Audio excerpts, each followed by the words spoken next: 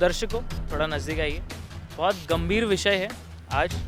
UP के election द्वारा जो दिख रहा है जातिवाद, और कर्नाटका में जो ट्रेंडिंग विषय है जातिवाद, आज हम महाराष्ट्र के कुलाबा विधानसभा में है और आज मैं आपको बताऊंगा कैसे भाजपा के लोक प्रतिनिधि वोट के लिए दिखाते हैं अपनी जातिवाद। ये जो मैं बोल रहा हूँ इलेक्शन के चलते जातिवाद हो रहा है, वो मैं आप लोगों के सामने क्यों ला रहा हूँ, कारण है और ये जानना बहुत ज़रूरी है आप लोगों को।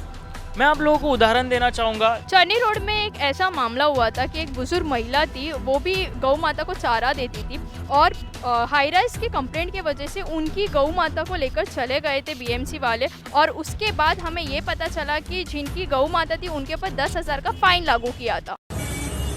मौसी, कल जो हुआ था वो लोग गाय को क्यों लेके गए? गाय को गाड़ी आया था ना। हाँ, गाड़ी आया तो गाड़ी आया थे, वो लोग को गाय देखेगा ना। हाँ, तो पकड़ के लेके जाता है। अच्छा। हाँ। तो किसी ने कंप्लेन किया था? किसी ने किया है तो मालूम नहीं। अच्छा, और कौन से आधार पर वो लोग गाय को छोड़ेंगे? वो गाय को अभी जाएगा उधर, पैसा भरेगा। कितना पैसा देने का अभी है? वो कितना मांगा, 10 मांगता है क्या कितना मांगता है मालूम नहीं। हाँ, वो उतना मांगेगा उतना दे देगा। तो फिर वो वही गाड़ी में वापस छोड़ेंगे? नहीं, वो अपने पैसा देगा तो अपने हवाले गाय करता है, फिर अपन तो टेम्पो करने का, हाँ, वो टेम्पो से खर्चा देने का और उधर गाय लाने का। और कहाँ लेके गए गाय को? मालाड। मलाड में कहाँ पे? मालाड में वो एरिया का नाम मालूम नहीं, वो गाय वाले को मालूम। अच्छा। टर्नी रोड जैसा ही हादसा हुआ कुलाबा विधानसभा में। हमारे यहाँ पर एक बुजुर्ग महिला है जिनका परिवार चलता है इसी गौ माता के रोजगार से। उन पर किसी ने किया था कंप्लेंट। हमारे पत्रकार पहुंचे वहां पर और लिया उनसे इंटरव्यू। उनका क्या बयान है वो हम आपको बताते हैं। स्वागत आहे आपलं महाराष्ट्र बंधूमध्ये। मी आहे पूर्वा शिंदे। आज आपण आलो कुलाबामध्ये। इथे माझ्यासोबत एक आजी बसलेल्या आहेत, त्या गौमाताची डेली सेवा करतात, पण आज यांच्यासोबत त्यांची गौमाता नाही आहे। आपण जाणून घेऊया की काय झालं असं। तर आजी, आम्हाला सांगा की काय झालं, तुमची गाय कुठे? गाय घेऊन गेले ती निघसे आले. हा, ती धंदा करते मी गायचा. गायवर गायवरच बसते मी. हा, कोणी कंप्लेंट केली? कुणी केली काय माहिती मला. तुम्हाला नाही माहिती? बीएमसी वाले किती वाजता आले? बेबशी आले 10-11 वाजता आले. तुम्ही इथे किती वर्षापासून गायसोबत असता? लय दिवसापासून मी गायची सेवा करते. तर तुम्ही विचारलं ना बीएमसी ला की कोणी कंप्लेंट केली का, माझी गाय वगैरे घेऊन जातात? नाही केली. हो, त्यांची जी गाय आहे ती बीएमसी वाले घेऊन गेले आणि त्यांना माहितीच नहीं कि कोणी कंप्लेंट केली है। आज जैसे कि आप लोगों ने सुना, बुजुर्ग महिला बोल रही है कि मेरे ऊपर किसी ने कंप्लेंट किया, बीएमसी आई और उनके गौ माता को लेकर चले गए। अब बात आ जाती है कि बीएमसी ने सही किया या गलत किया। अगर सही किया, बहुत सारे लोगों का मानना होगा सही किया, रास्ते पर किस तरह से लगा रहे, तो मैं आप लोगों को उदाहरण देना चाहूँगा कि कोविड के चलते समय में एक न्यूज़ ट्रेंड हो रही थी। जो भाजपा के लोक प्रतिनिधि सुरेंद्र सिंह है, उन्होंने ऐसा कहा था कि गौमूत्र पीने से कोरोना नहीं होगा। हिंदुत्व में गौमूत्र को एक पवित्र जल भी माना जाता है, उसका लोग सेवन भी करते हैं और हिंदुत्व का जो एक प्रतीक है वो गौ माता भी है। बहेरिया विधानसभा क्षेत्र की पूजी जनता से मैं पहले भी आप सबसे आग्रह किया था कि यही सेवन करके मैं लगातार 18 घंटा समाज में रहता हूं, आप सबके बीच में रहता हूं, उसके बाद भी स्वस्थ हूं। तो अपने अनुभवों को आप तक भेजने का प्रयास करता हूं और मैं पुनः आप सबसे आग्रह करता हूं अपना स्वयं आज दिखा करके कि मैं भी पीता हूं। आप लोग मन में संकोच मत करिए।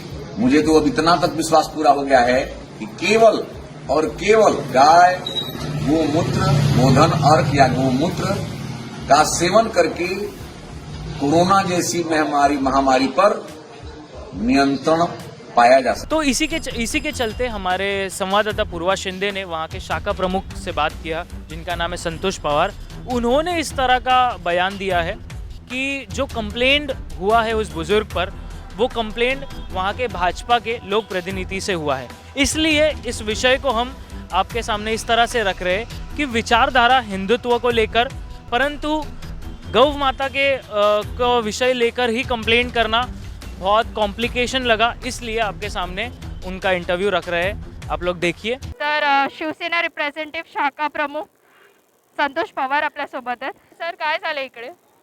मी नेहमीप्रमाणे रोज इथे गायींना चारा देण्यासाठी येतो. गाय आपली गोमाता आहे. सर्व आपला हिंदू धर्मामध्ये तिची पूजा करतात. तर त्याचप्रमाणे मी इथे आलो होतो. पण मला इथे आल्यानंतर समजलं की आजीला विचारलं गाय कुठे आहे, तर आजी म्हटली की कोणीतरी कंप्लेंट केलेली आहे, तर तिला माहीत नाही. तर तिचा मुलगा होता इथे, तर त्यांना विचारलं की काय झालं, तर त्यांनी मला सांगितलं की नगरसेवकांची कंप्लेंट आहे, मकरंद नार्वेकरांची, की कंप्लेंट आहे. त्यांना हायराईजमधून कंप्लेंट आलेली आहे की इथे गाय बसतात वगैरे. तर माझं त्यांना एवढंच सांगणं आहे की हे मताचं राजकारण करू नका इथे. हे आपलं कुठच्या तरी धर्माचा विषय आहे. माझं तुम्हाला एवढंच म्हणणं आहे की आता तुम्ही जर हिंदू धर्मावरती येणार तर अनेक धर्मांचे मंदिरं रस्त्यावरती आहेत, फुटपाथवर आहेत. मला फक्त तुम्हाला एवढं सांगणं आहे की हायराईजचा तुम्ही विषय धरणार. प्रत्येकजण कोणतरी 4-5 डोकी आहे त्यांच्याकडे महिला, जे माय ड्रीम कुलाबा म्हणून आहेत, ते इथं चालत नाही, काय नाही. फक्त आपला सोशल मीडिया टाईप काम करतात. लोकांची सेवा करणं हे त्यांचं काही नाही. फक्त ते त्यांच्यापुरतीच आहे, उच्चभ्रू वस्तीसाठीच आहेत ते. ते फक्त काय करतात, ह्याची कंप्लेंट कर, त्या मंदिराची कंप्लेंट कर, ह्याचं कर. त्यांचा इथं काही संबंध नसताना त्यांनी कितीतरी फुटपाथ अतिक्रमण केलेत, त्याच्यावरती कुंड्या लावल्यात. रस्त्यावर जायचा प्रश्न आहे तो निर्माण झाला. लहान लहान पोरं शाळेत जातात, त्यांनी त्यांच्या बिल्डिंगच्या बाहेर कुंड्या लावल्या, ते चालतं. आणि एखादी ही मावशी मला वाटतं एक 40-50 वर्षापासून इथे आहे.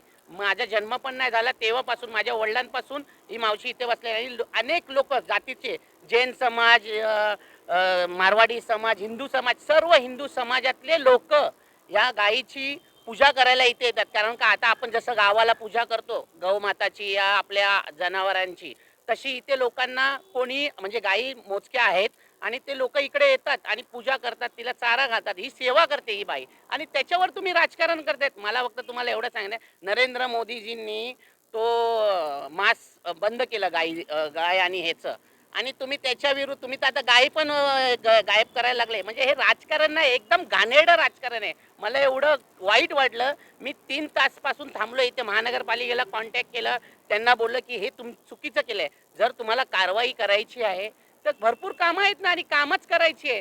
तुम्ही हे कोणाला तरी खुश करण्यासाठी, एखाद्या कोणत्या तरी धर्माच्या लोकांना खुश करण्यासाठी हे तुम्ही करतायत, हे योग्य नाही. आणि हे नगरसेवकांना तर अशोभल अशी गोष्ट केलेली आहे त्यांनी. म्हणजे तुमचा दावा असा आहे की हे राजकारणासाठी हे लोक अशा करतात? हो, हे राजकारणच आहे ना. आता इथे कोणी सर्वसामान्य माणूस फुटपाथवरून चालतो, त्याला त्रास नाही. लोक पूजा करतात, लोक जाताना येताना पाया पडतात त्या गायीची, आणि त्या गायीला उचलून घेऊन जाण्यासाठी कोण तक्रार करेल का कॉमन? मला तर नाही. त्यांनी सांगितलं, त्यांच्या मुलगाच गेलाय आता सोडवायला गाय. तिकडे कुठेतरी बैलघोड्याला घेऊन गेलेत का आता.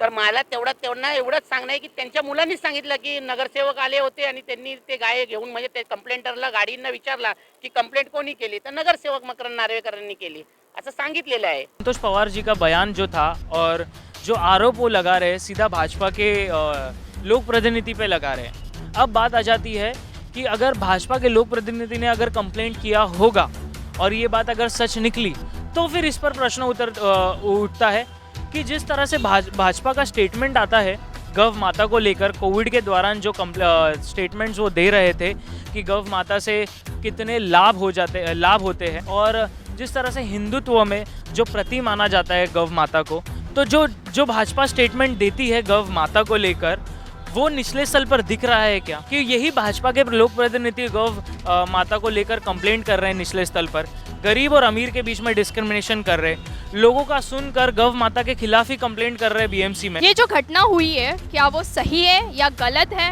हम ये आपके ऊपर छोड़ते हैं. आप हमें कमेंट करके बताइए. लोग कहते हैं कि भाजपा जो बोलती है वो करती नहीं, इसमें कितनी सच्चाई है, आप ये भी हमें कमेंट करके बताइए. और इसी के साथ बने रहिए महाराष्ट्र बंधु के साथ.